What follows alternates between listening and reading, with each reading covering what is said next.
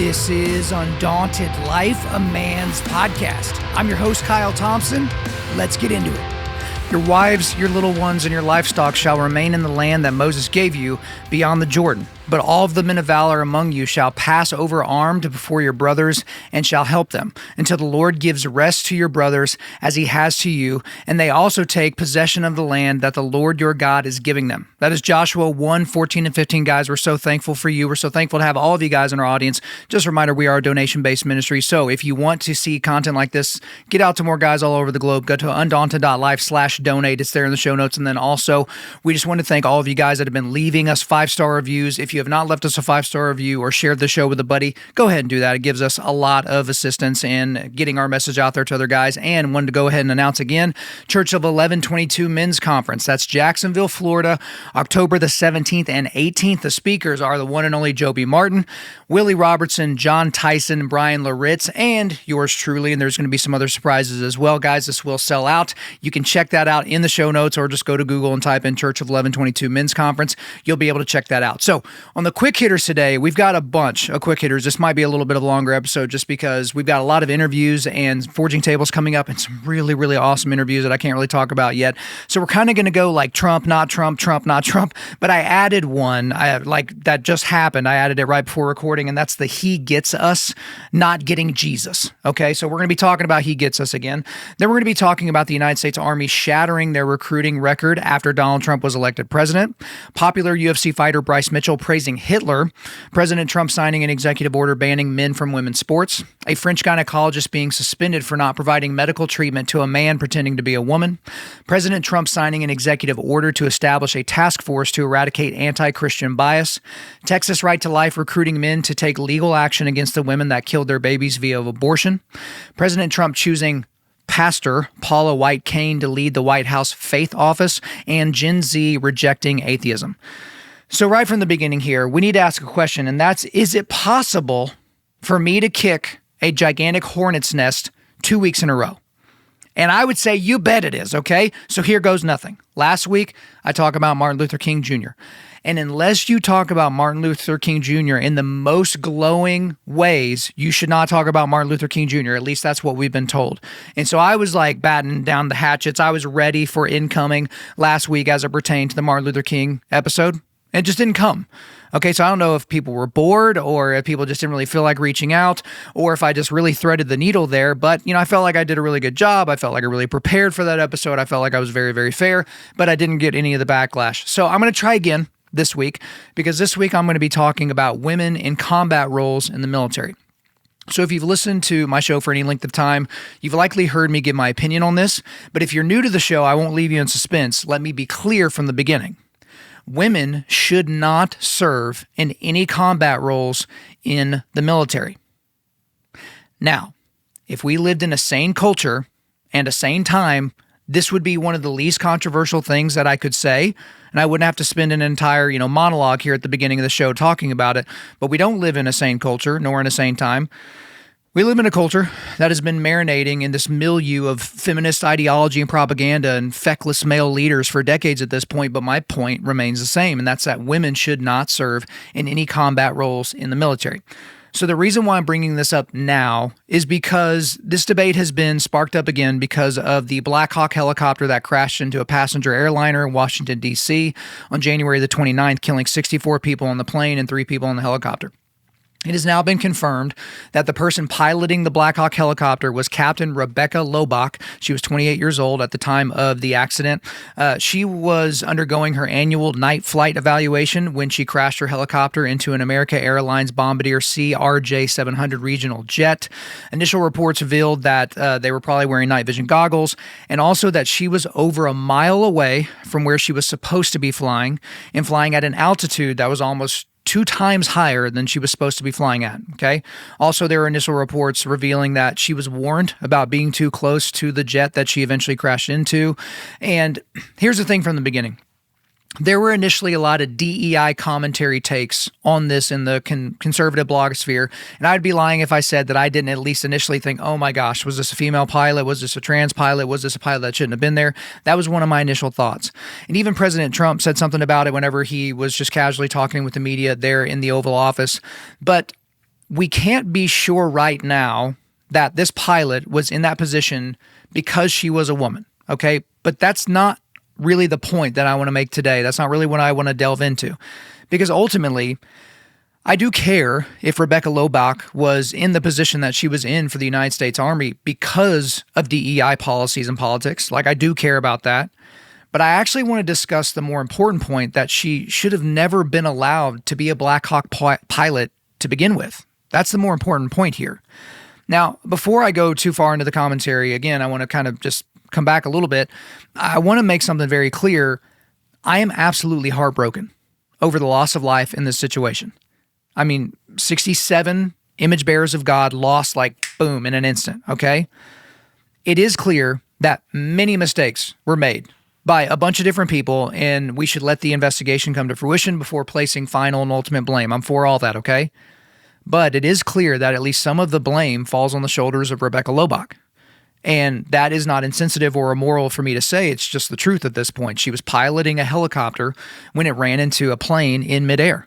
So a helicopter has more maneuverability than a plane. Like, she has more options and controls in this situation than the pilot of the plane surely had, or anyone else for that matter. So two things can be true at once. This could be an absolutely, just tragic accident, and this accident could and should have been prevented, but we will see as time will tell in terms of the best investigation. So I want us to pull back even another layer here out of all the individual details of the situation and consider a foundational societal question, okay? Should our women be fighting our wars? Should our women be fighting our wars? Now, the reason this is important is because since as a society we have decided that yes, indeed, women should be fighting our wars, that puts women like Rebecca Loebbach in the pilot seat in an aircraft that's designed for war. Now, this might strike some people as odd because Loebbach was not at war at the time that she crashed her helicopter into an airplane full of civilians, but she was doing her annual night evaluation flight in an aircraft that was designed for, has been, and is used in war. Thus, we can all surmise that if duty called, whether in a foreign land or right here on our own soil, Rebecca Loebbach likely would have been tasked with flying that aircraft in a combat situation. So we need to stop and talk about the Black Hawk helicopter for a second, okay? Because there are a lot of uses for a Black Hawk helicopter, but there are some major primary uses for that in a military context. One is tactical troop transport. Okay, so you could actually argue that that is the primary use of a Black Hawk over and above all the other uses is transporting infantry soldiers into combat zones quickly. Also, it's used for medevac. Okay, so when someone takes incoming fire or there's someone that's been wounded or blown up or something like that, this is the person that is going to land this helicopter so that that person can be loaded up and taken to the surgery center or something like that to try to save life, right? So medevac. Also search and rescue. So if someone's been lost in, a war zone or something like that and we need to kind of get them out of there, the Black Hawk can be used for that. Also special operations support. So these are those covert, insertion and extraction missions that a lot of us have gotten used to and really like the stories of or have seen in movies and things like that. The Black Hawk is used for that.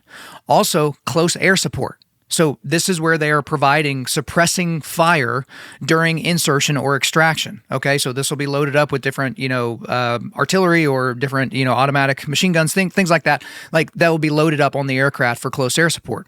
And then also cargo transport. So resupply drops into combat zones, kind of getting, the useful supplies where they need to go. Those are all uses, primary uses of the Black Hawk helicopter. And do you know what all of those Black Hawk uses have in common? They all take place in combat zones. All of them. The training almost always doesn't take place in a combat zone, but you're doing the training in non-combat zones so that you can do the things with that helicopter that you need to do when you are in a combat zone. So I'm bringing all this up because at this point, any sane person knows full well that women should not be in special operations. So they shouldn't be SEALs. They shouldn't be SF. They shouldn't be Marine Recon. They shouldn't be, any of that. And they also shouldn't be in infantry roles. Okay. So that's just super easy to understand because women, obviously, in general, right? So I'm using all women and all men right here. They have physical limitations that men don't have, right? So a 120-pound woman can't carry an 80-pound pack and pull a 200-pound guy with his 80-pound pack out of the line of fire. It's just not really something that any woman in existence can do. Also, there's issues with how men respond when women are around in a military situation or just in general. Like, obviously, men start to kind of peacock. They start to show off a little bit. They start to do things that they wouldn't normally do if they were only surrounded by men. There's this natural, innate sheepdog protection mechanism that happens in a lot of men that are naturally overprotecting of women and children. And if you have a woman that's in a military context in your unit or something like that, that becomes an issue. There's the obvious sexual tension that you see, or even sexual abuse or things like that happen when women are there and around. But the thing is that some people have never actually reckoned with the fact that women are still in combat roles, even if they're not in one of the roles that put you so close to the enemy that you can smell them, right? We think, oh, well, there's not any women in the, Navy SEALs, and there's not, we don't hear stories about infantry, Marine women, going around and kicking in doors, so they're not really in combat roles, right? But, as we can see, if you're flying a Black Hawk helicopter, you are in a combat role. And this leads us back to our main question of consideration today, which is, should our women be fighting our wars? And I wholeheartedly say no. But I do want to elucidate my position and explain it. And I want to do it in a couple of different ways. And the first way that I'm going to do it is in a completely secular way. And then I'm going to get into some biblical ways to defend my position. So just looking strictly in a secular way right now, I do not think that women should be in combat roles because women are not physically suited for combat. Again, I could do a full biological breakdown of the differences in, bone density and upper body mass and overall strength and size of the organs and the way blood moves through the body and all those types of things. But I think at the end of the day, most people know that men in general are way better suited for battle, for combat than women are. I think that we just kind of know that at this point. Also, I do not think that women should be in combat roles because including women in combat roles inevitably leads to the lowering of physical and performance standards, which lessens the overall readiness of the military. So perhaps you've heard about different standards physically for men in the Marine Corps as opposed to women in the Marine Corps, at which you might rightly think, well, why don't we just have one standard for being a Marine? Like, why do we need to lower the standard so that we can have certain people with ponytails get into the military or get into this part of the Marine Corps as opposed to just having a single standard? Also, I do not think that women should be in combat roles because women are naturally, again, not talking about all women, right? I'm not using this as a pejorative, but women in general are naturally more nurturing and life-giving, which is literally antithetical to the business of killing people and breaking stuff. Which those are the two main jobs of any good military. Talk to anyone that's been in the military, been in military leadership. You want to effectively kill people and break stuff because that's how you win wars. And women innately are not wired for that. And also, lastly, on the kind of secular side of things, I do not think that women should be in combat roles because our enemies don't put women in combat roles, right? Like, why in the world would we choose to be weaker than China or Russia or any of our main adversaries who don't choose to put women in these combat roles? Like, why in the world would we do that? What's the wisdom there? But now we need to look at this, as we try to do with the show in a lot of different areas, in a biblical way, in a biblical lens. So I do not think that women should be in combat roles because God did not design them for combat. So if we all go all the way back to Genesis 2, so verse 18, then the Lord God said, it was not good that the man should be alone. I will make him a helper fit for him. Okay? So Eve, woman, was created from the rib of Adam, man, to help man. That's what she was there for, to provide a cover of his side, right? To be at his side. Her place, though, is not next to him in war. Her place is back home. And don't think that this is some sort of like trad wife rant that I'm going to go on like, all right, if you're not barefoot and pregnant and wearing an apron and making sourdough, that somehow you're not doing it right. No, that's not what I'm saying. But her place is not next to her man in battle, okay? That's just not what she was made for. Also, biblically speaking, I do not think that women should be in combat roles because the Bible depicts and prescribes, frankly, for men to do the warfighting. So if we go to the book of Numbers 1, verses 2 and 3, take a census of all the congregation of the people of Israel by clans, by fathers' houses, according to the number of names, every male head by head, from 20 years old and upward, all in Israel who are able to go to war, and you and Aaron shall list them company by company. So obviously only men were considered for military service. We see that modeled there in Numbers. Then if we go to Deuteronomy 20, we see that God is giving instructions for warfare, and who is God addressing? He's addressing men, not women. And then some people, if you dig into some of the research and arguments here, some people will ask about Deborah, or they'll mention Deborah as having leadership in war as described in the book of Judges. But guys, it's described in the book of Judges. It's not prescribed. Again, this is the problem when you read the Bible just in like little snippets and you don't take any regard for who was this written for, what was this written about, like what was going on in this exact moment. Because in Judges, Barak should have led, but he hesitated. And Deborah stepped up, but that was not God's intended order. Like Deborah was doing that because Barak was not doing his job. So she felt like, well, someone's got to step up, but that's not what God had in mind, right?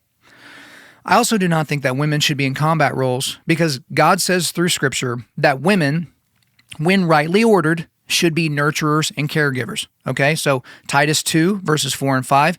And so train the young women to love their husbands and children, to be self-controlled, pure, working at home, kind, and submissive to their own husbands, that the word of God may not be reviled. And then in 1 Timothy 5, verse 14. So I would have younger widows marry, bear children, manage their households, and give the adversary no occasion for slander.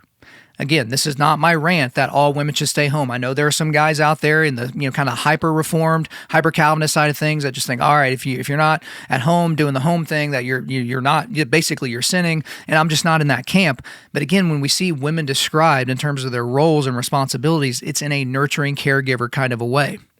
I also do not think that women should be in combat roles because God says through Scripture that it is the man's role to physically protect women and children, not the other way around.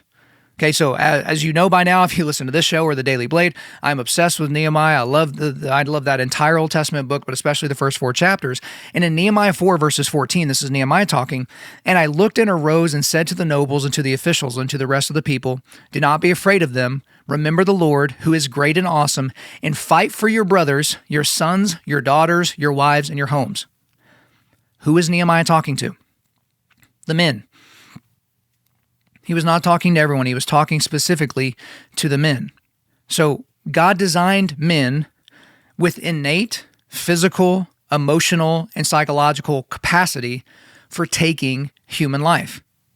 Now, you might say, well, what about these men that have taken human life or have seen human life be taken and they come home, they're all jacked up, it was, shell shock, and then it's like PTSD, and then now it's just PTS. We don't want to use the, disorder part of it, like whatever your chosen modality to describe the situation.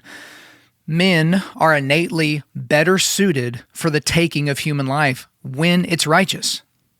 Well, and they're suited even in unrighteous causes, but it's designed for us to do that in a righteous way. Women are not.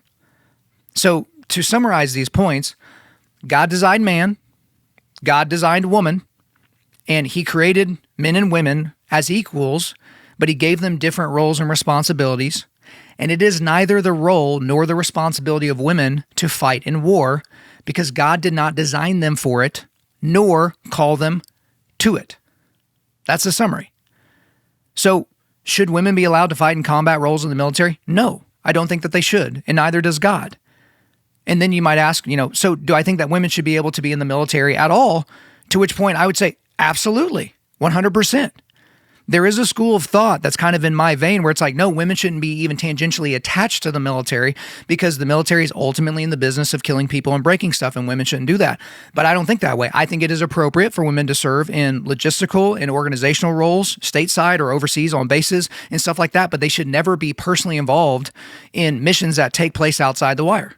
They should never be personally involved in the missions that are taking human lives. And then, there's some other quick considerations. Like I had one buddy bring up, well, what about drone pilots? And I had actually thought about that. No, I don't think so. Even though, if you're a drone pilot, you're basically playing a video game and killing terrorists, right? Like in real life, but it's not Call of Duty terrorists. It's like real terrorists, right? But they should not be killing people. Okay. And then this even stretches out to, should women train MMA? And there's guys in this world that are like, women should not do jiu-jitsu, they should not do Western boxing, they shouldn't do any of those things. And I vehemently disagree with that. I think they absolutely should train. Yes, are they at an automatic disadvantage if they are being assaulted by a man? Yes, but there are things, like one of the main guys that was saying this online, this guy is probably 5'8", 140 pounds, maybe, tiny, little weakling of a guy.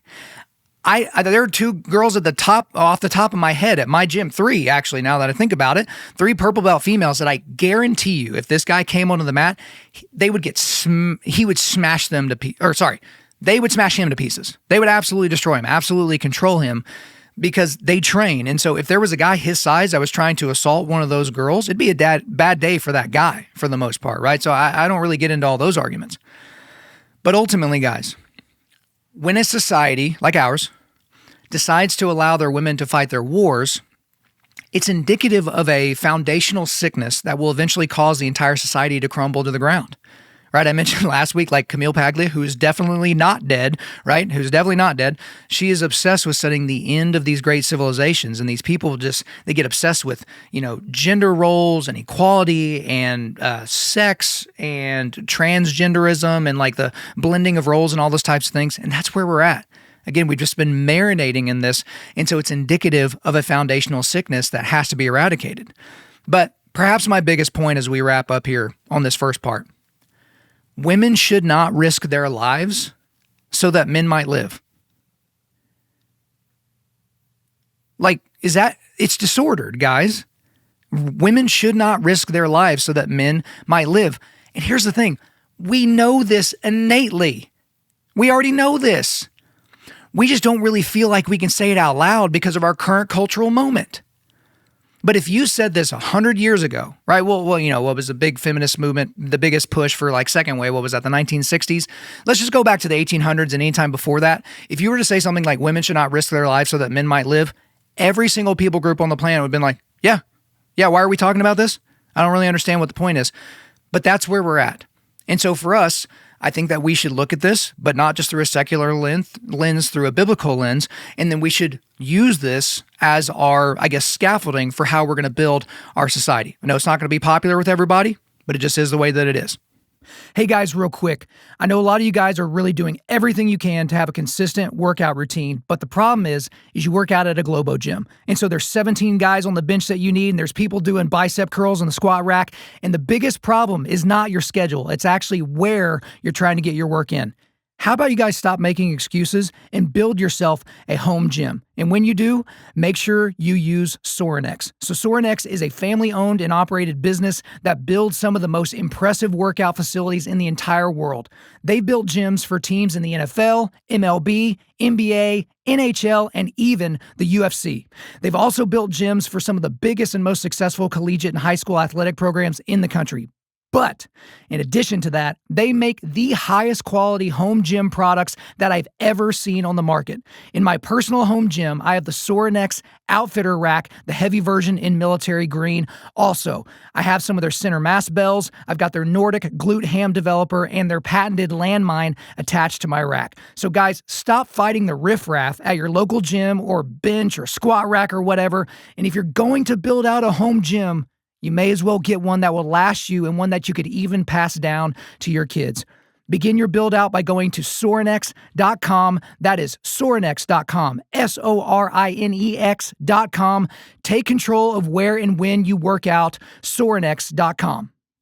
All right, guys, let's get into the quick hitters here. So let's get into the He Gets Us ad, because I don't think that He Gets Us gets Jesus. So it's that time of year again. At least it was this past Sunday, right? So it's Super Bowl Sunday. This year, the Super Bowl and kind of all the festivities around it were pretty uneventful. So the game was an absolute complete blowout. Because again, I don't really follow the NFL with all the, end racism, all that bullcrap. But I just kept seeing where the Kansas City Chiefs were escaping these games. They kept, at least according to, armchair quarterbacks on Twitter, they kept escaping with wins. But apparently they got absolutely exposed. They were not an elite level team. Philadelphia Eagles just absolutely destroyed them. And then, the national anthem, I forget the guy's name off the top of my head, but it was a guy from New Orleans or something like that. It was meh. I mean, it started off really lame, and it was real jazzy, and most of the world's not into jazz. No one really gets it. Then it got kind of powerful, and then it got weird again. And then at the end, it's like, oh, it's powerful. But then he just wouldn't just end the song. And I'm a big fan of just sing the national anthem. Just sing it. Don't make it, needlessly long. The GOAT of all national anthems is still Chris Stapleton. Miss me with all that Whitney Houston stuff. Guys, she recorded that rendition, right? And then she lip synced it live. Okay. So had she sang it live, she might still be number one. But Chris Stapleton still has the crown as far as I go. The only good thing redeeming thing about the national anthem is they did show Donald Trump during the national anthem. He was saluting, and the crowd absolutely went insane. So, of course, they did because, he's awesome and people actually like him now. You're actually allowed to like him.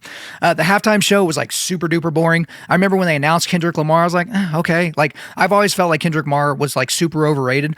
Kendrick Lamar is like the rap manifestation of a movie that no one really likes, but they pretend to like it so that they don't seem weird, right? So I feel like it's like Godfather and Godfather Part 2. Those movies are terrible. They're not good. I rewatched them like a year ago. They're super boring. It's 6 hours to basically say that, all right, if you live long enough, you'll see yourself become the bad guy. That was one line in The Dark Knight, and it somehow took, these guys with the Godfather 6 hours to tell that story. But if you say that the Godfather's not good, you're like a terrible person. So I feel like he's that, but it was just super boring. Even my wife, who doesn't know who Kendrick Lamar is, she's like, the dancing wasn't even good. I was like, yeah, dancing wasn't good. It just wasn't really that interesting. And then like here we are, a few days in, and no one's really talking about any of the commercials. I mean, Nike kind of made a woke commercial like, oh, women can do everything, this kind of feminist nonsense commercial. And then there was some commercial about some girl that was like beating all the boys and, flag football. It's like, okay, we'll put a helmet and pads on her and see how well she would have done. So, but no one's really talking about anything.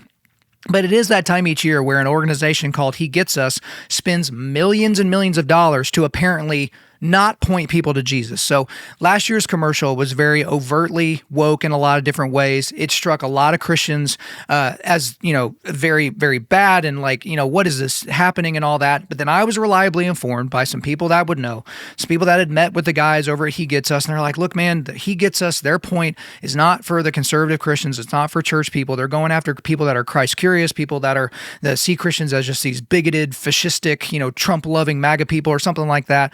And so it's like, hey, pump the brakes. He gets us. Don't just say that they suck outright, right? Don't be pharisaical. Just like give them a chance, like that type of thing. But I don't know if I talked about this on the show. I actually went through the He Gets Us process last year. I pretended to not be me, right? I didn't lie, but I was, kind of cagey about who I was. And I kind of went through their process because I was reliably informed that they were going to be funneling people to Bible-believing, expository preaching, gospel-centered churches. And so I just pretended that I didn't pretend that I lived in Jacksonville. I said, hey, I'm in Jacksonville quite a bit for business, which is true. Can you lead me to any churches that I might go to? And you might think, well, how about, the biggest church in Jacksonville, one of the fastest growing churches in Jacksonville, which is discipleship, gospel, and biblically centered and has expository preaching. And that's the Church of 1122, Joby's church. That wasn't on the list of churches that they gave me. So you're like wondering like how exactly are they, vetting these churches and where are they getting their philosophy and certainly what's their theology. And so it's just kind of all over the place. And so He Gets Us as a mess. But as I told y'all last year, it's like, okay, let's pump the brakes. Let's just hope that they're actually doing what they're setting out to do. So let's go and look at the commercial that they spent several $1 million to show this year at the Super Bowl. Let's go to the clip here.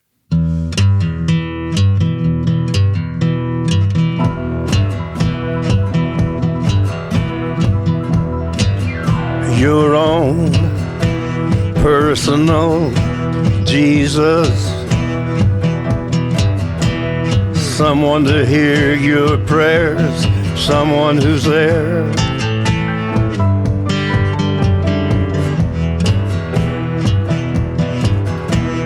Feeling unknown and you're all alone, flesh and bone by the telephone. Lift up the receiver, I'll make you a believer.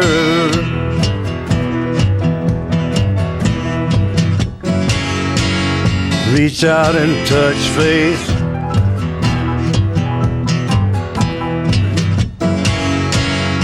Reach out and touch faith. Okay, so if you're confused after watching that, which again, I mean, if you're only listening to this, you should really watch it on YouTube and Rumble, which by the way, you found out the Rumble thing. It wasn't posting for like a year. We're not going to go back and post all those on Rumble, so just keep up with us from this point out. But you really do need the visuals with this one. Just hearing Johnny Cash sing isn't going to be, big enough for you. But let's go ahead and break down the commercial. So the music is Johnny Cash's cover of the Depeche Mode song, Personal Jesus.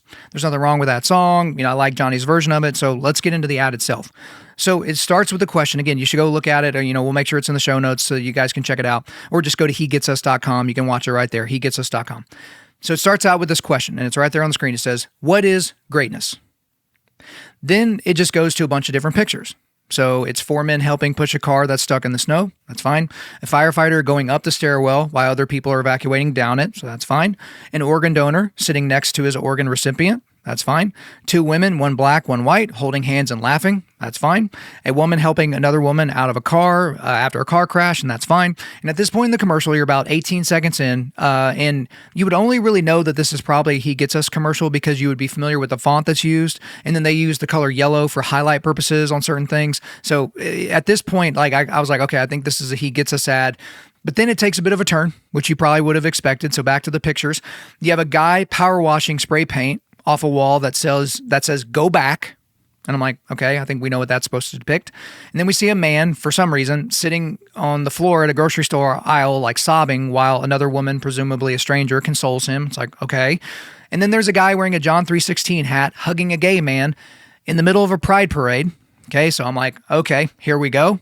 And then we see a black cop consoling a Hispanic woman for some reason. Okay, we could probably imply what that's about. Then we have an elderly man holding the hand of an elderly woman, presumably his wife, while she lays on the couch. That's fine. And then we see a woman crying while on a phone call. Fine. We see a football player consoling a football player from the other team after a loss. Fine. A guy dressed up as a superhero outside the window of a children's hospital room. That was awesome. Then we have a guy carrying a ladder down a street after a natural disaster, and there's like a dog walking there. Then there's, that's all fine. Then we have a guy in a wheelchair that's crowd surfing. That's fine. Then we have a guy giving a homeless man a beer dream. Fine. Okay. Then we get these words on the screen. Jesus showed us what greatness really is. He gets us, all of us. HeGetsUs.com. So just objectively speaking here, objectively speaking from the outset, this commercial sucked. Like, is it okay to say that? Like, it had the words Jesus in it, but it just sucked. I mean, it had music, it had images, but it made no sense. So again, you go from what is greatness, you see a bunch of photos of random people doing random stuff, and then your big moment where you give, the point of your commercial, your call to action is Jesus showed us what greatness really is. He gets us, all of us, HeGetsUs.com. Like what? Like what? Again, you're just kind of stuck wondering what the point is. Okay, so even though the commercial itself was junk, even though the call to action was junk, and as a marketing guy, as a content creator, it's like your call to action has to be punchy and it has to be clear. I went ahead and went to the website, okay, just to see if it was going to point people to the gospel of Jesus Christ in a clear way, because again, I was reliably informed that that's what they're here to do. So you go to HeGetsUs.com. And then one of the first boxes that, prompts you to click on is one that says, learn more about greatness. Okay, whatever that means, which takes you to a YouTube video with a guy talking. I mean, literally just like scrolls you down like, half a page, and it takes you to this clip. So I want to show the full clip here. Is our obsession with greatness actually fueling our dissatisfaction? It's like we think being great will somehow solve all our problems. If we work hard enough, if we just focus our efforts in the right direction, we'll find the fulfillment we've been looking for. To be great means to be celebrated, superior, content, to be happy. But right now, most of us aren't.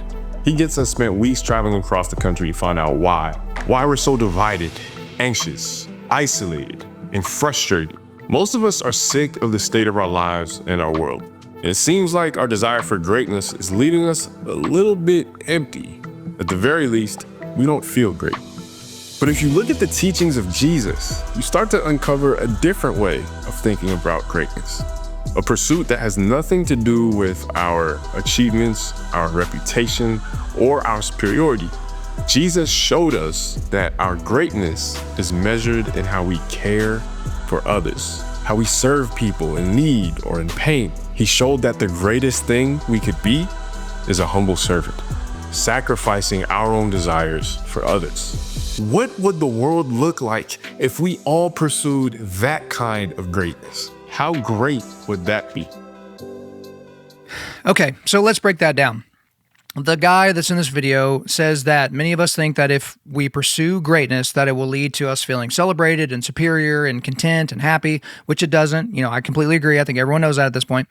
Then he says that He Gets Us spent weeks traveling the country to find out why we're so divided, anxious, isolated, and frustrated. which I guess means that they get money from USAID, because that seems like a tremendous waste of money and time. I mean, you don't need to globetrot to know that people are divided, anxious, isolated, and frustrated, okay? So you could have hopped on a Zoom call with me, and I could have told you that, but okay. So then the guy says that our pursuit of greatness is leaving us empty, which ultimately it does. Agreed. Okay, I think some of us pursue it, and we figure that out eventually, right? So at this point, you can sense in this video that it's going to provide some kind of solution to that emptiness, right? Like there's got to be a turn somewhere. Then this. But if you look at the teachings of Jesus, you start to uncover a different way of thinking about greatness. So, at this point, my ears perk up, as you can imagine. So if you look at the Gospels, at least according to He Gets Us, you're going to uncover a different way of thinking about greatness. Okay, so let's get to the greatness, right? Like, let's hear it. And then we have this quote. Jesus showed us that our greatness is measured in how we care for others, how we serve people in need or in pain. He showed us the greatest thing that we could be is a humble servant, sacrificing our own desires for others. And that's pretty much it. That's the follow-up video to the dumb commercial. That's the thing they wanted you to see if you bothered to go to their website, right? So you got kind of your click funnel that they plan out. It's like, okay, we're going to spend millions of dollars on this commercial, and then boom, they're going to go to our website, and then here's the thing. That was it. Now, at this point, you might be thinking, rightly, that the main point of the gospel, which is a word that they didn't care to use in either of those videos, by the way, doesn't seem to be that we should be a humble servant, but that it took Jesus taking on all of our sin and depravity and dying on our behalf so that we could be made right in the eyes of God the Father. Like, that's what we get from the Gospels. But hey, remember, I said, right, last year, I said that we need to be patient, right? We have to have a wait and see approach with He Gets Us. So surely, we're 2 videos in at this point, right? We've already scrolled the website. There would be another video that provided an explicit gospel presentation and message, right? Well, no. I mean, not really. I mean, you keep clicking around the website, you keep scrolling the main page, and there's a few random clicks later, I get to an image that has a little blurb about greatness sees the unseen. And at the end of the blurb, at the very, very end, if you make it all the way there, there's a reference to Luke 5:29-32. Okay, so let me actually read that here. And Levi made him a great feast in his house, and there was a large company of tax collectors and others reclining at the table with them. And the Pharisees and their scribes grumbled at his disciples, saying, "Why do you eat and drink with tax collectors and sinners?" And Jesus answered them, "Those who are well have no need of a physician, but those who are sick. I have not come to call the righteous, but sinners to repentance." Okay, so that's the first reference to repentance that we see in this whole ClickFunnels line. Okay, so we've got.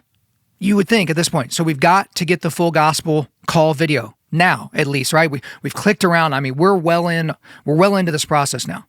There has to be something in this entire ClickFunnels that gives us a description of our need for a savior, specifically because we can't save ourselves.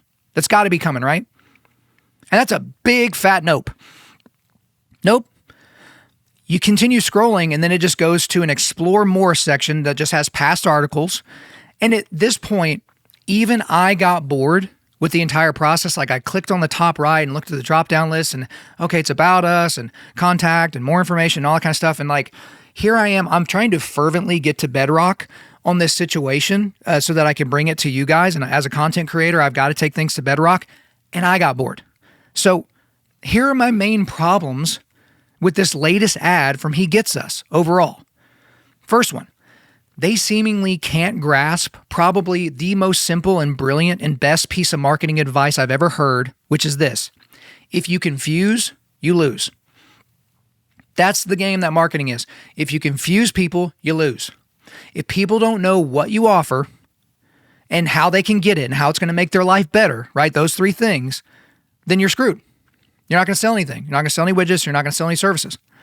So, we get that if you confuse, you lose from Business Made Simple and Marketing Made Simple and StoryBrand and all those types of guys. So Donald Miller and his crew over there. But one thing they talk about is something called a grunt test. And the grunt test is basically you should be able to go up to anybody in, random coffee shop, have your homepage of your website on your website and say, look, I'm going to open up my laptop. It's on the homepage of my website. You have 5 seconds to look at it, and you should be able to answer, like, what do I make? How can you get it? And how will it make my life better?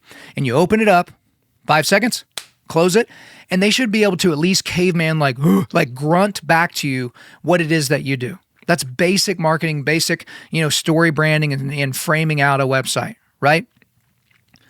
But they just don't do it. Like, I think they're trying to be too cute. They're trying to be in the ethereal and the imagistic and all these different things, and they don't just get to the point. And they need to grasp that. Another reason, another issue I have with this latest ad is that this group claims, again, claims to make content. They don't say this publicly, but they've said it in private meetings with people that I know that have been in these meetings. They try to capture the attention of the Jesus curious folks, right? So not church folks, not, Christian conservatives, right? But then they don't point to the gospel. Because here's the thing. If they're really going after non-Christians, non-church folks, then you can't assume in your messaging that those people you're targeting know what you mean by Matthew, Mark, Luke, John, or by the writings of Jesus, the teachings of Jesus. You can't assume that when you say the teachings of Jesus, that any of these people know where to find that. Like, you can't assume that they even know what they need to repent of. There's something called the curse of knowledge. And so have you ever studied for a test, right? And then you're exhausted physically afterwards. And you're like, I didn't even move. I just sat here at this desk. It's because your brain burns more calories than anything on your body. And so if you're listening to a presentation or you're consuming something and you can't keep up, you're just going to be exhausted and eventually your brain's going to turn off, right? So if I'm at an event, right? And let's say I'm at an event with a bunch of baseball coaches and I start using like baseball lingo. I'm talking about launch angle and shifts and, different things like that. Everyone there knows what I'm talking about, so they're going to be following along with me. But let's say I get up and give that same presentation to a room full of like scientists that have never watched baseball. They're going to be exhausted, right? Because I'm not speaking their language.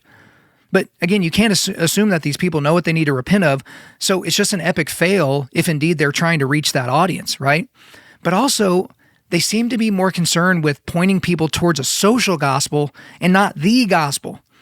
That was like drippingly apparent with last year's nonsense commercial because all the imagery was basically put through a Marxist lens of standpoint epistemology and a critical theory, critical race theory, feminism. Like it was just nonsense. This year it was more subtle, but it's like really our job is to be a humble servant.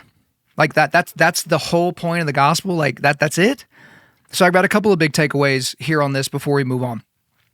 He gets us, might get us, but they seemingly don't get Jesus at all. I mean, and they certainly are taking a very confusingly circuitous route towards introducing people to Jesus. Again, I wanted more information and I got exhausted going through their process. So I don't know who their marketing people are over there, but it's like, you got to fire these people. Like, you're not actually helping get people pointed to Jesus. Again, last year I went all the way through their process. I went to these like Zoom calls with other people and like, okay, I just sat there and kind of dealt with the whole situation and gave my feedback and okay, can you point me to a church now? And eventually got around to pointing me to churches that weren't even like the biggest and best gospel believing churches in the cities, right? But my second big takeaway and last one here is at some point, for the love of God, literally, he gets us, has to preach the true gospel, which will be offensive. It seems like he gets us as very comfortable with offending Christian conservatives, right? Church people, but they don't want to offend people who the gospel should offend. They don't seem to have the stomach for it. Again, the way we preach the gospel should not be offensive, but the gospel itself is offensive because it tells you you are not enough. But in our modern day, everyone's special. Everyone's precious. Everyone is enough. That's one of the mantras you're supposed to say into the mirror every morning is, you are enough. You are good enough. He's not good enough for you. Like that's what we're supposed to do in the mirror, right? But that is completely antithetical to what the gospel even is. So guys, I swear to goodness, at this point, I doubt anyone with He Gets Us is even still listening to this. But if you're going to point people to Jesus, you can't point people to Jesus, the moral teacher. You can't point people to Jesus, the, vagabond, nomadic hippie. You have to point them to the Jesus, the Lamb of God that had to be slain so that we could become, so that He became righteousness, right? Like, I mean, He became sin on our behalf so that we could have the righteousness of God in Him, right? And if we don't focus on that, and if we don't do that, we're not presenting the real gospel. If you want people to get Jesus, show them the real Jesus. All right, next quick hitter here. The United States Army shattering their recruiting record after Donald Trump was elected. So, according to the New York Post on February the 5th, the United States Army recently announced it shattered previous recruiting records, with December 2024 being the most productive December in 15 years. The branch reported it enlisted nearly 350 soldiers every day that month, Army officials announced Tuesday on social media. Bottom line, America's youth, this is actually a tweet from real Donald Trump, America's youth want to serve under the bold and strong America First leadership of President Donald Trump. Actually, I think that was from Pete Hegseth. Okay, so the American youth certainly want to do that. So in the new ads that we're seeing like young people like doing like awesome stuff.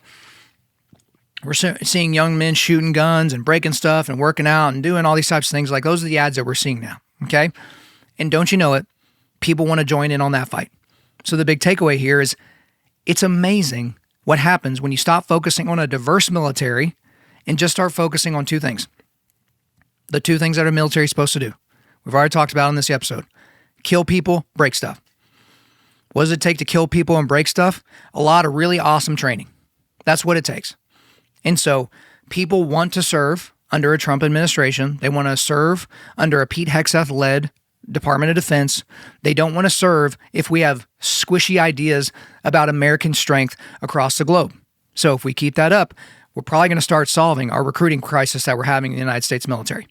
Our next quick hitter here, popular UFC fighter Bryce Mitchell praising Hitler. So this is according to CNN on February the 5th. UFC President Dana White slammed American fighter Bryce Mitchell after the 30-year-old made several anti-Semitic, homophobic, and transphobic comments during a podcast in which he also praised Hitler.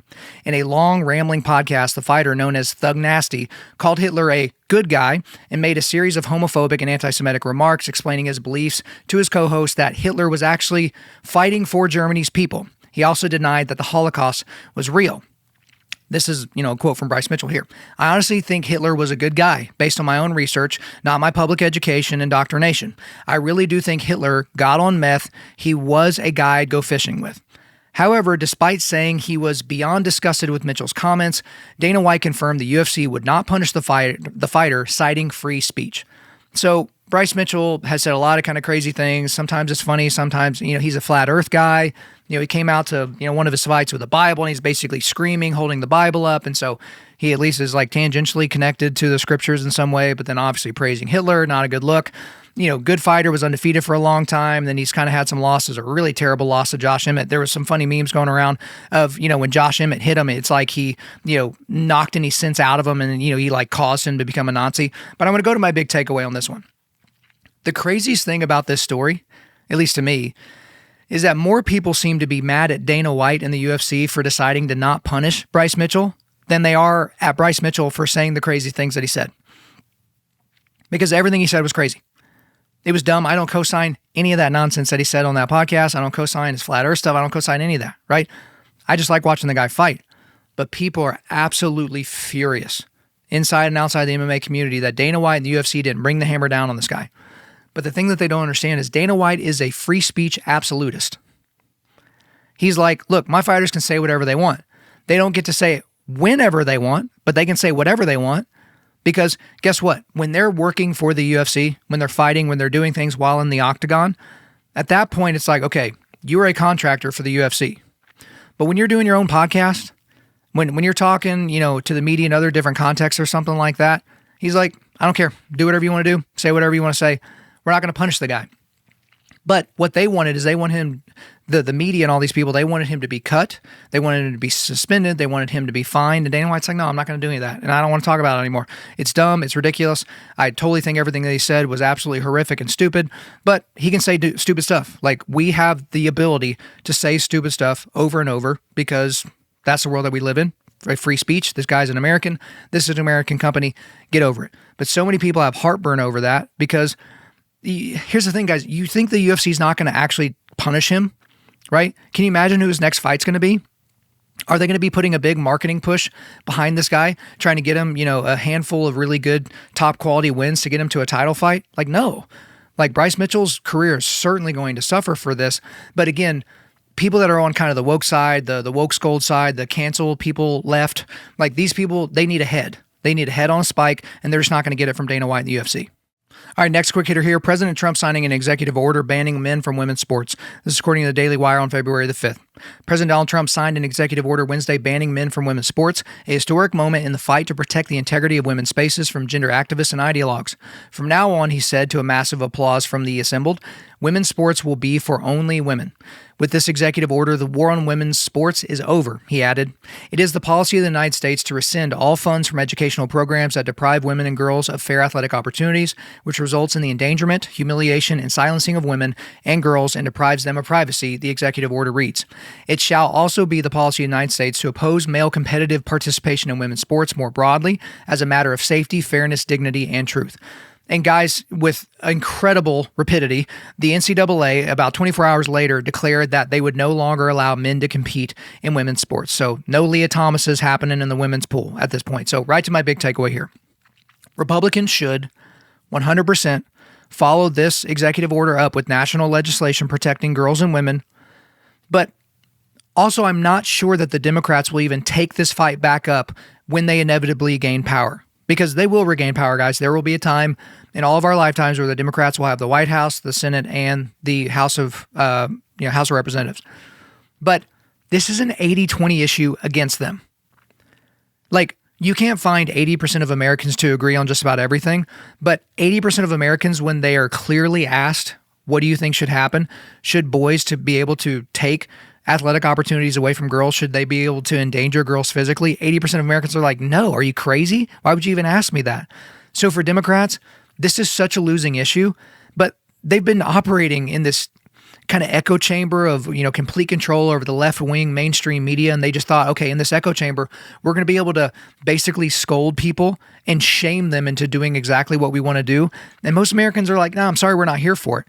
And Trump is just that massive hammer that comes into office and is just smashing all of these left-wing idols. I got to tell you, I'm here for it.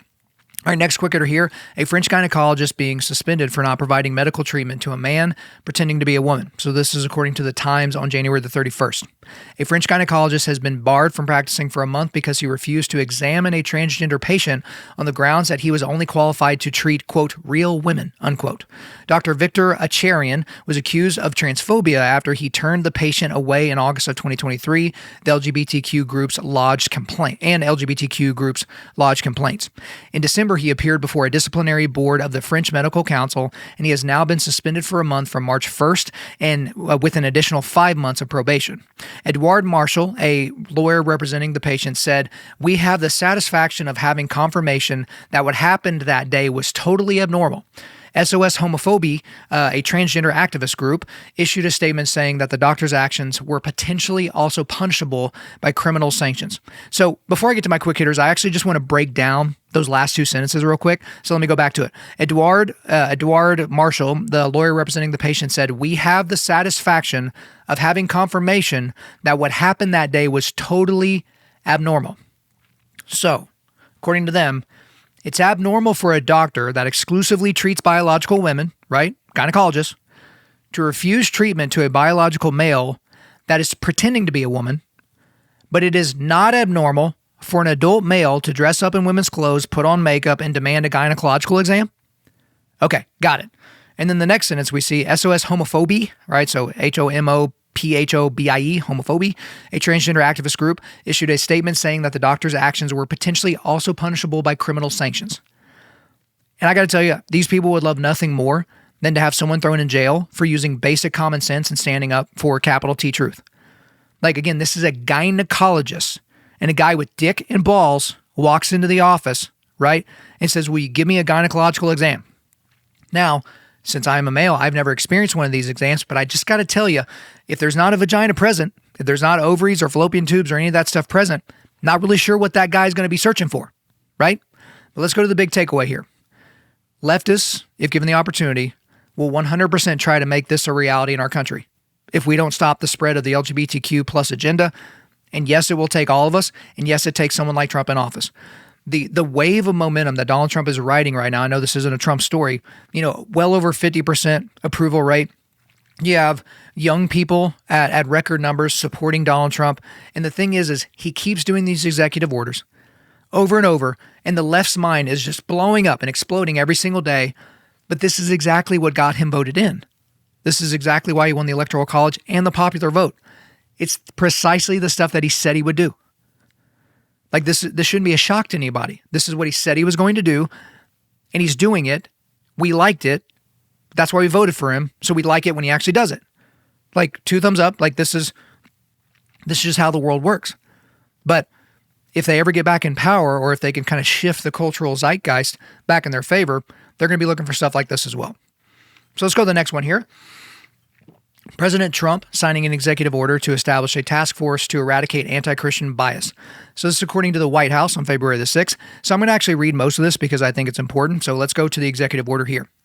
By the authority vested in me as president by the Constitution and the laws of the United States of America, it is hereby ordered, Section 1, Purpose and Policy. It is the policy of the United States and the purpose of this order to protect the religious freedoms of Americans and end the anti-Christian weaponization of government. The founders established a nation in which people were free to practice their faith without fear of discrimination or retaliation by their government.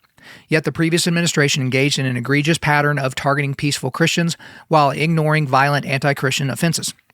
The Biden Department of Justice sought to squelch faith in the public square by bringing federal criminal charges and obtaining, in numerous cases, multi-year prison sentences against nearly 24 peaceful pro-life Christians for praying and demonstrating outside abortion facilities. These convicted included a Catholic priest and a 75-year-old grandmother, as well as an 87-year-old woman and a father of 11 children who were arrested 18 months after praying and singing hymns outside an abortion facility in Tennessee as a part of a politically motivated prosecution campaign by the Biden administration. I rectified this injustice on January the 23rd of 2025 by issuing pardons in these cases. At the same time, Catholic churches, charities, and pro-life centers sought justice for violence, theft, and arson perpetrated against them, which the Biden Department of Justice largely ignored. After more than 100 attacks, the United States House of Representatives passed a resolution condemning this violence and calling on the Biden administration to enforce the law. Then in 2023, the FBI memorandum asserted that radical traditionalist Catholics were domestic terrorism threats and suggested infiltrating Catholic churches as threat mitigation. This later retracted FBI memorandum cited as supported evidence propaganda from highly partisan sources. The Biden Department of Education sought to repeal religious liberty protections for faith-based organizations on college campuses. The Biden Equal Employment Opportunity Commission sought to force Christians to affirm radical gender or transgender ideology against their faith. And the Biden Department of Health and Human Services sought to drive Christians who do not conform to certain beliefs on sexual orientation and gender identity out of the foster care system.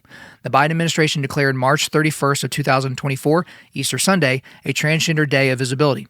In this atmosphere of anti-Christian government, hostility and vandalism against Christian churches and the places of worship surged, with the number of such identified acts in 2023 exceeding by more than 8 times the number from 2018. Catholic churches and institutions have been aggressively targeted, and hundreds of acts of hostility, violence, and vandalism.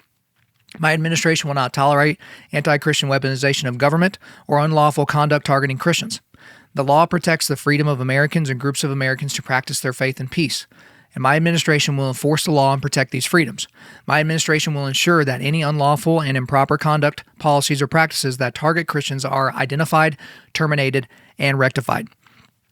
So my big takeaway on this is that executive orders can be rightly categorized as symbolic in a lot of cases, but this one seems different. And the main reason I think that is because of who was named to the task force. Okay, so I actually want to go back to the executive order section 2. Establishing a task force to eradicate anti-Christian bias. A. There is hereby established within the Department of Justice the task force to eradicate anti-Christian bias task force. B. The Attorney General shall serve as chair of the task force. C. In addition to the chair, the task force shall consist of the following other members. And I'll quit with the letters here, but Secretary of State, Secretary of Treasury, Secretary of Defense, Secretary of Labor, Secretary of Health and Human Services, Secretary of Housing and Urban Development, Secretary of Education, Secretary of Veterans Affairs, Secretary of Homeland Security, the Director of the Office of Management and Budget, Representative of the United States of America to the UN, the Administrator of the Small Business Administration, the Director of the Federal Bureau of Investigation, the Assistant to the President for Domestic Policy, the Administrator of the Federal Emergency Management Agency, the Chair of the Equal Employment Opportunity Commission, the heads of such other executive departments, agencies, and offices that the chair may from time to time invite to participate. That's like the whole cabinet. I mean, that's a ton of different people that have been put on this. And I like what Albert Mohler said, is if this was not meant to have any teeth, he would have put some low-level staffer on it, somebody that had like a vice chair position or something like that, but he didn't. He put all of his biggest people on this to include the Attorney General and Secretary of State, right? Secretary of Defense, Labor, Treasury, like all these huge individuals with a lot of power. He put them on this. So this is a real thing that has teeth. We'll just kind of have to see how this looks throughout the rest of his administration. All right, next quick hitter here. Texas Right to Life recruiting men to take legal action against the women that killed their babies via abortion. So this is according to the Washington Post on January the 17th. So it's just a very telling headline. So the headline for this story is anti-abortion advocates look for men to report their partners' abortions. Okay, so let's go into the article. As anti-abortion advocates launch legal efforts to stop abortion pills from reaching women in states with bans, they are increasingly turning to one group with uniquely intimate and specific information to help them find cases: male sex partners of women who decided to end their pregnancies. The strategy propelled a first-of-its-kind lawsuit filed last month by Texas Attorney General Ken Paxton that cited firsthand information from an unnamed biological father to accuse a New York doctor of illegally providing abortion pills to a woman in the Dallas area, according to two people familiar with the case's origins. The case was inspired by a report Paxton's office received from a man that had emerged as part of a broader abortion law enforcement operation the Attorney General has quietly created and includes searching for potential plaintiffs, said the two people who spoke on the condition of anonymity to describe private conversations. The strategy right now is to tell dads that if you're the father of a child victim of abortion, you have legal rights. There may be a way to hold these people accountable, said John Ciago, the president of Texas Right to Life, adding that his group has already found several men who could act as plaintiffs in upcoming cases. So obviously the Washington Post wants to pit this entire thing in a negative light. They think that this is egregious. They think this is horrible. Why would these men have anything to say, right? It was just their children being killed. So let's go to my big takeaway here. Finally, the men that didn't want their partners to kill the children that they made together will potentially get some retribution and or restitution for this. Because that's one of the things, even in pro-life circles, that is not talked about nearly enough. What about the men?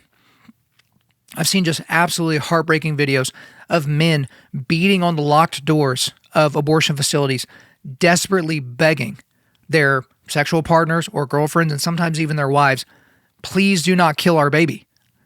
And they're just apoplectic. They just can't be consoled because they know that the woman has walked in there and she's getting an assassin to kill her child for her, right?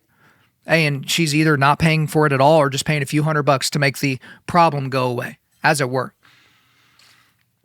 And for a lot of these men, they're excited. That's their progeny. That's the future of their name that's existing in the belly of their sexual partner, and they don't want it to be killed. But we live in this time where apparently that dad has absolutely zero rights. So good for Texas Right to Life. Good for the AG of Texas. Let's push this as far as it can go. Let's actually get these guys some retribution. Let's try to stop these things from even happening to begin with. All right, next quick hitter here. President Trump choosing pastor, scare quotes, Pastor Paula White-Cain to lead the White House faith office. So this is according to church leaders on February the 6th. At the prayer breakfast, Trump also announced his creation of a White House faith office. Heading that is Paula White, senior pastor of City of Destiny Church in Popka, Florida. During the first Trump administration, White was a member of Trump's inner circle, serving as the advisor for his Faith and Opportunity Initiative in the Office of Public Liaison. Okay, so let's talk about Paula White-Cain if you don't know who she is. She's a televangelist. She fancies herself as an apostolic leader. She claims to hear directly from God and to get apostolic words from him.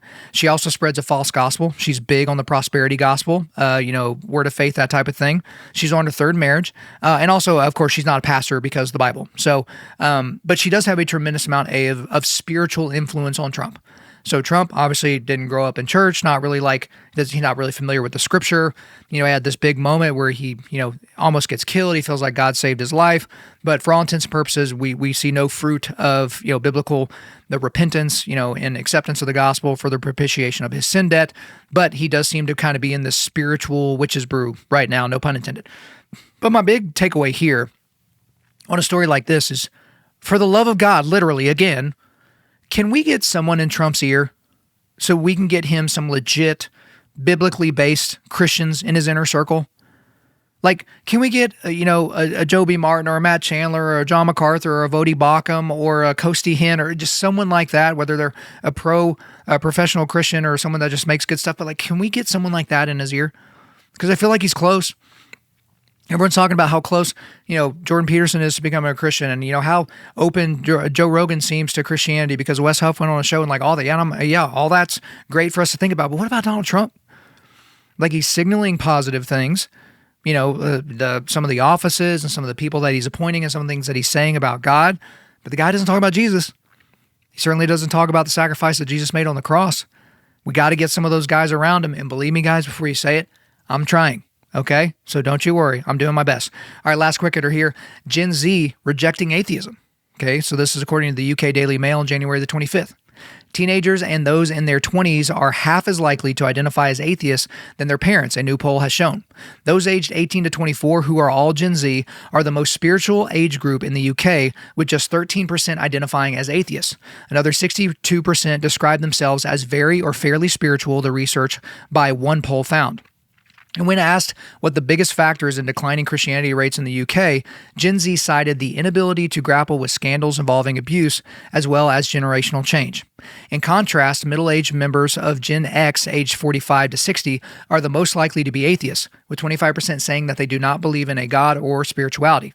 For baby boomers over the age of 65 and millennials, aged 25 to 44, 1 in 5 are atheists at 20%. So big takeaway here on this one. I have seen Christians use this study that they talked about in this article here to talk about how great of a thing this is. But we need to be more sober-minded in our approach here, okay? Because in the UK, you should ask, is Gen Z less atheistic than millennials and Gen X? And according to the study, yes, they are less atheistic. But they are not more Christian, okay? This study doesn't help us figure that out at all, but I do want to go back to the article here. But the far higher levels of spirituality in young people does not necessarily mean traditional religion such as Christianity, Islam, Hinduism will see a resurgence in the UK. Instead, many people describe spirituality for them as being more about wellness and mindfulness. Other associations include nature, astrology, and crystals, rather than participating in religious rituals. So, is it a positive sign that kiddos in the UK are less atheistic than their older counterparts? Yes, but they're not more Christian. So part of the problem with real biblically based gospel-centered Christian churches shutting down in the UK is, where are these kids going to find it? Now, we do live in an era where they're all walking around with supercomputers in their pockets. They've got the same podcast apps that you guys have. They can listen to the pastors that I mentioned earlier. They can listen to other Christian pastors. They can listen to presentations of the gospel. They can have access to the Bible, right? They can walk into stores, at least for now in the UK, and still buy Bibles. And they can see some of the problems with doing things like tut-tutting Islam, right?